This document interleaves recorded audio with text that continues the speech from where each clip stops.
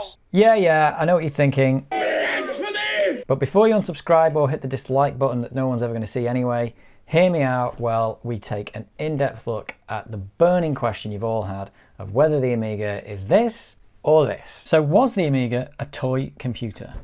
To answer this, we're going to need the definition of what a toy actually is. And according to Wikipedia, a toy is an item that is used primarily by children, though may also be marketed to adults. Just right for little hands with growing minds. Was the Amiga primarily used by children? It's possible. It was targeted as an educational tool, and the advertising certainly pointed to children.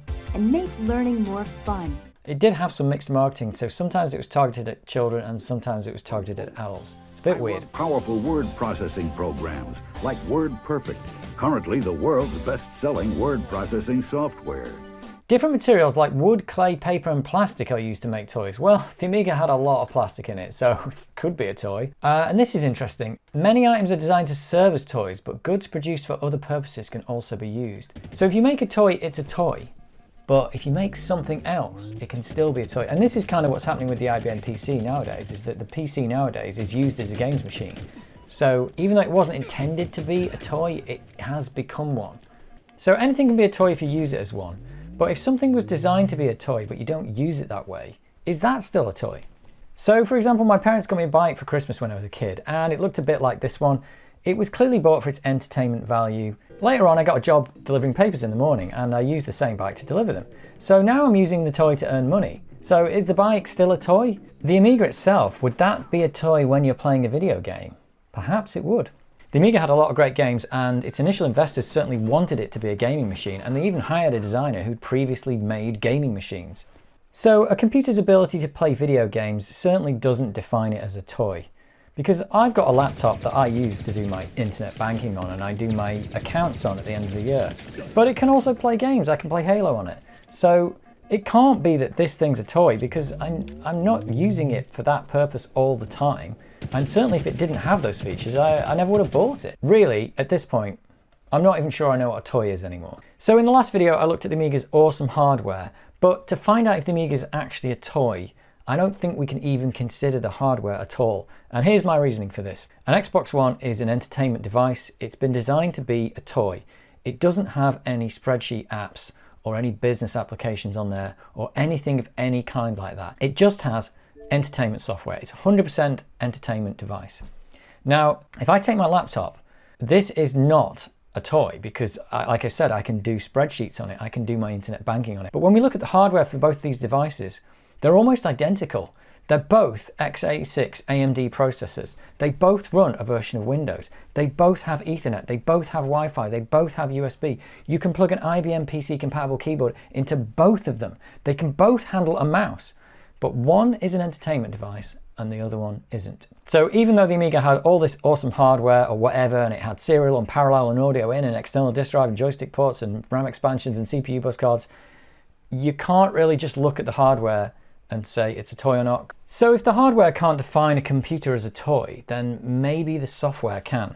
A toy computer would probably be limited to educational and entertainment software. The Commodore Amiga 500 now comes with the exciting Batman package, all class of the 90s, the fun way to learn. That did appear to be the main focus of the computer, but it certainly wasn't exclusively that.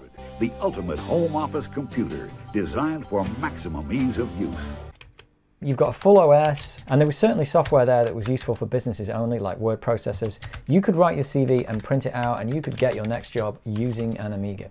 I am a lovely little toy computer, but I don't want to be. I can do really cool businessy things, like desktop publishing. Turns out, you don't need an IBM PC to do this. But it's desktop publishing that really turns me on. This is a full, word processing program, and it's got, over 280-page manual for it. So this is crazy. This isn't the kind of software I'd expect to see on a toy computer. They actually did software for the Amiga, the IBM PC, and the Atari ST. Accounts, cache book controller, home accounts, mail shot, whatever that is, DG Calc, is that some kind of spreadsheet? Home accounts, that's on the Amiga and the ST. WordWorth, $129.99. Wow, this is expensive software. Last, a major UK word processor that works, says Computer Shopper. Now that's not a good sign, is it? Because that means that we didn't have one before, and this came out in what? 1992 or 1991. System 3 tools for business, this is on everything. Invoicing and sales, cash flow, cash book controller, again, that's on everything. And DG Calc, perhaps one of the most practical uses of a computer is the preparation of spreadsheets. So serious software does exist for the Amiga.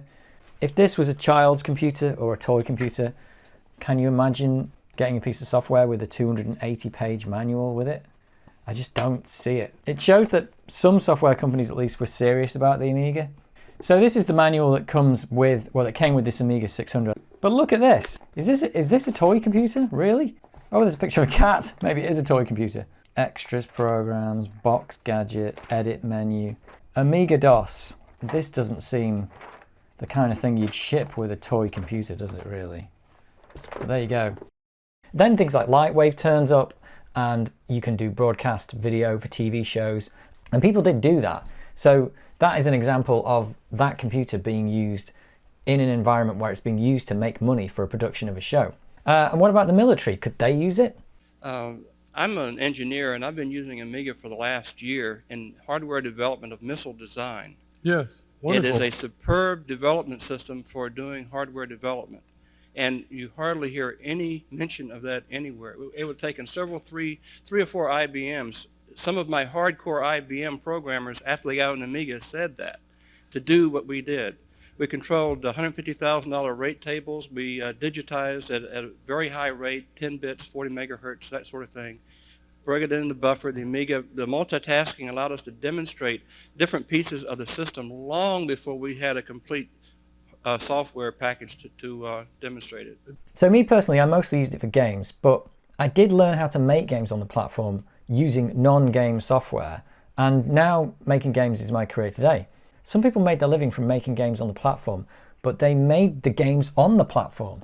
So the Amiga is both the toy and the business machine in this case. This is also something a modern PC can do, where you can build software on the PC for the PC. But, and this is the big but, the Amiga didn't have the software that it needed to be a useful business computer, in my humble opinion. Commodore didn't make any deals with Microsoft to get programs like Office onto the platform. Office programs could be run on the IBM PC and the Mac, but they couldn't be run on the Commodore computers. So I think that was quite a big deal. The Amiga, as far as I know, had no way to connect to an IBM PC network or mainframe. Add an Amiga modem, and now you're talking to a vast network of other computer users. Tap into a variety of Amiga bulletin boards or information retrieval services for quick, easy access to Wall Street stock reports or electronic encyclopedias. Just because you need to talk to your IBM mainframe doesn't mean you need to talk to IBM. So if you as a business bought an Amiga, sure, you'd save a few pennies on the computer itself, but you would have to retrain all your staff on new software, and you would lose compatibility with any existing software suites that you had from other computer families. Stands behind our product. But I'm not a gambler. We've got the software. We're all tied together. Everybody's trained. Business needs to work with other business regardless of what software they choose. And companies themselves may even have departments inside their own business that use different software. So you need to be able to cooperate regardless of the software that you're using. I don't think that Commodore made much of an attempt to be compatible with other families of computers. And this really shows that they were going for kind of the home market, I think, not the business market. They didn't always label the Amiga as a personal computer, but as a home computer. So from a software point of view, it's a strange one. The computer was capable of being a business machine, but practically I couldn't see any business using it because of the lack of compatible software with other platforms. Commodore made it out to be like a multimedia PC, which is a thing nowadays, but probably wasn't back then. And from a software perspective, I'm going to have to say then that the Amiga is more of a toy than a business computer. But prove me wrong if you've got any stories about using it for your business, or using it in science, or using it in medicine, or anything like that. Leave me a comment, prove me wrong. So cost is an odd thing to mention, but cost plays a big factor. You can't truly say something is or isn't a toy because of its cost, as toys can be expensive or cheap. But I think it may be surprising to consider that low cost is not always the driving factor when buying something for a business. I would say a business is unlikely to upgrade to the latest and greatest product, even if it's 100% compatible, unless they can quantify an increase in productivity and profit from it. And as for the computer being offered at a lower cost to a company, say the Amiga, then even if it has a large price reduction on the actual unit that you buy. If this comes at the cost of like reliability or having to retrain staff or lack of compatibility or no upgrade path from an existing system, then a business is very unlikely to change to that platform. And the Amiga was cheaper than all of its competitors. But a business might see it that Commodore themselves were maybe cutting corners and maybe it's an inferior product. From a cost point of view, the Amiga does appear to be a toy. So from a security perspective, the Amiga just didn't have any, let's face it. It didn't even have the concept of a login. There was no memory protection in the OS at all. From a security point of view, the Amiga was kind of a toy. I mean, I bet you there's child's computers now with more security than the Amiga had. And certainly that's one of the things that relegates the Amiga to being a toy now, because you couldn't use it in any modern environment unless you really were willing to put up with that security flaw.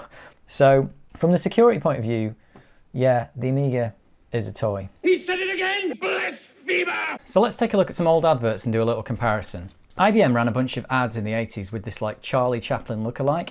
And this marketing was actually quite cool. Charlie represented a business, so he was in sometimes like a cake factory, and he would go and get an IBM computer and it would help him automate his business processes and help him make his business much better.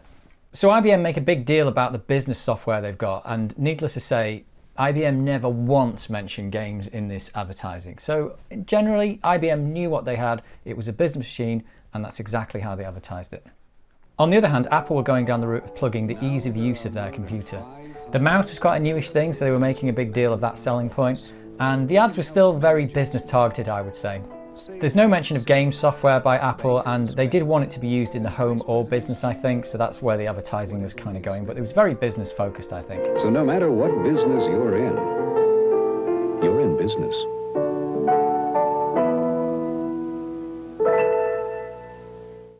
Commodore, on the other hand, well... The Amiga 500 computer from Commodore. It's simply amazing.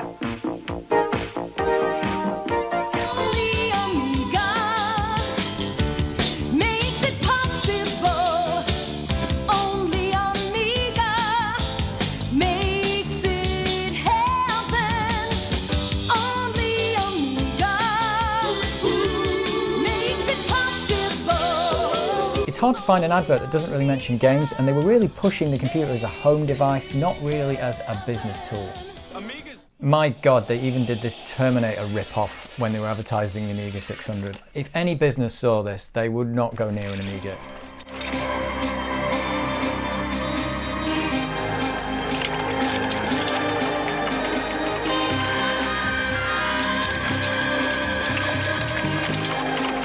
And apparently one of the uses of the Amiga was to make cheesy home videos. Even customize your favorite pre-recorded video cassettes so that this time the gorilla gets the girl.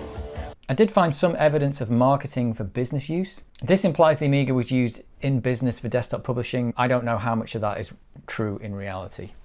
So we've all seen a lot of evidence. Can we now draw any conclusion about whether the Amiga was a toy computer or not? But to answer the question this video poses, I don't think it's possible to give it a yes or no answer, because only a Sith deals in absolutes. So let's classify computers on a scale from completely toy at one end to fully business at the other. The classic IBM PC is very much at the business end, I would say. The Mac isn't actually that far from that either, the classic Macs that is. A games console is very much down at the toy end, and a modern day PC and a Mac are very much now 50-50 toys and business machines. They can do either really well. So where did the Amiga fit into this? It had a really large amount of games and entertainment software, but it also had a pretty decent OS and some good applications as well. But its lack of compatibility with PCs, its lack of security, its lack of training and support from Commodore kind of relegates it to somewhere nearer the toy end of the scale. This does, however, fit well with the home/family computer that they were aiming for with the marketing. So there it is. Agree or disagree, I'd love to hear the opinions. Let me know about the stuff that I missed. I'm just a bloke on YouTube, so I can get this all wrong. I'd particularly like to hear from people who use their Amiga for business or scientific purposes or anything like that. And finally, I will say this, the Amiga was what it was to you. I have fond memories of my Amiga. I think it was a brilliant computer for its time and I loved using it, and none of the contents of this video can change any of that for you. If you have fond memories of your Amiga and like me, you think the Amiga was an awesome computer, then none of these opinions can change that. So let me hear your opinion down below, and in the meantime, have fun using your Amiga. The next step is yours. Return this tape to your authorized Commodore Amiga 500 dealer and discover for yourself all the excitement, beauty, and power. Only Amiga makes it possible.